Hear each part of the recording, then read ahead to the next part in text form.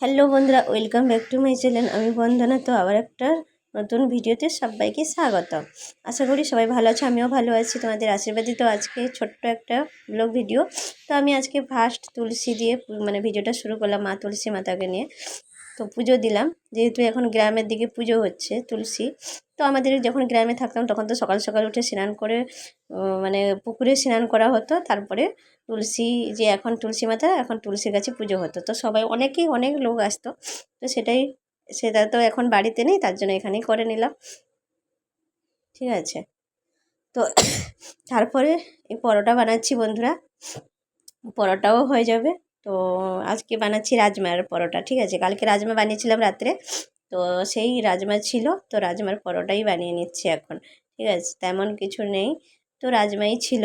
আমরা আঙ্কেল যেহেতু খেতে ভালোবাসে, হ্যাঁ, তার জন্য রাজমা ছিল, ওইটা দিয়ে পরোটা বানিয়ে নিচ্ছি। কারা কারা রাজমার পরোটা খেতে ভালোবাসো কমেন্ট করে অবশ্যই জানাবে। ঠিক আছে, জানাতে ভুলবে না, পাশে থেকো সবাই।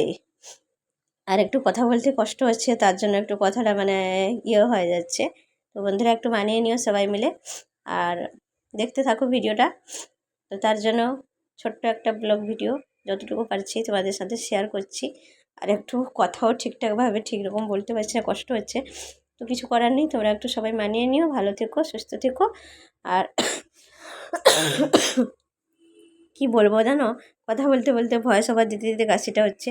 তো কিছু করার নেই, কাশি হলে, শরীরে কষ্ট হলে কী আর করবো বলো তো, ভয়েস ওভারও তো দিতে হবে।